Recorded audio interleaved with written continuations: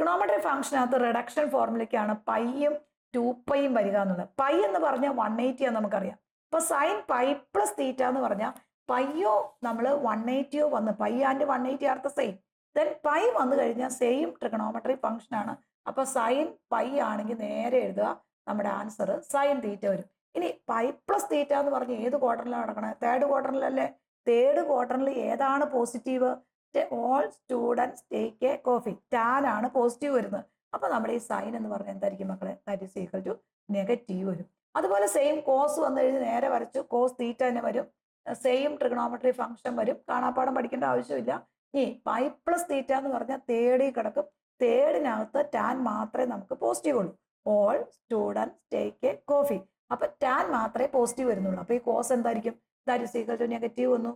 Then tan ആണെങ്കിൽ pi വന്ന same trigonometry function നേരെ വരയ്ക്കുക, ടാൻ തീറ്റ എഴുതുക. ഇനി പൈ പ്ലസ് തീറ്റ ഏത് ക്വാർട്ടറിലാണ് കിടക്കണം? തേർഡിനകത്ത് ടാൻ എന്ന് പറഞ്ഞ നെഗറ്റീവ്. അപ്പൊ നമ്മുടെ ആൻസർ ഈസ് നെഗറ്റീവ്. അപ്പൊ ഈ ഒരു കുരിശ് വരച്ചാൽ മതി. ഇവിടെ നമുക്ക് വരുമ്പോൾ all students take a coffee എന്നാണ് വരുന്നത്. Take a coffee. അപ്പൊ നമുക്ക് പോസിറ്റീവ് എന്ന് പറയുന്നത് തേർഡ് ക്വാർട്ടറിൽ ടാൻ മാത്രമേ പോസിറ്റീവ് വരുന്നുള്ളൂ. അതിന്റെ റെസിപ്രോക്കലായ കോട്ടും ബാക്കി എല്ലാ ഫങ്ഷൻസും എന്താണ്?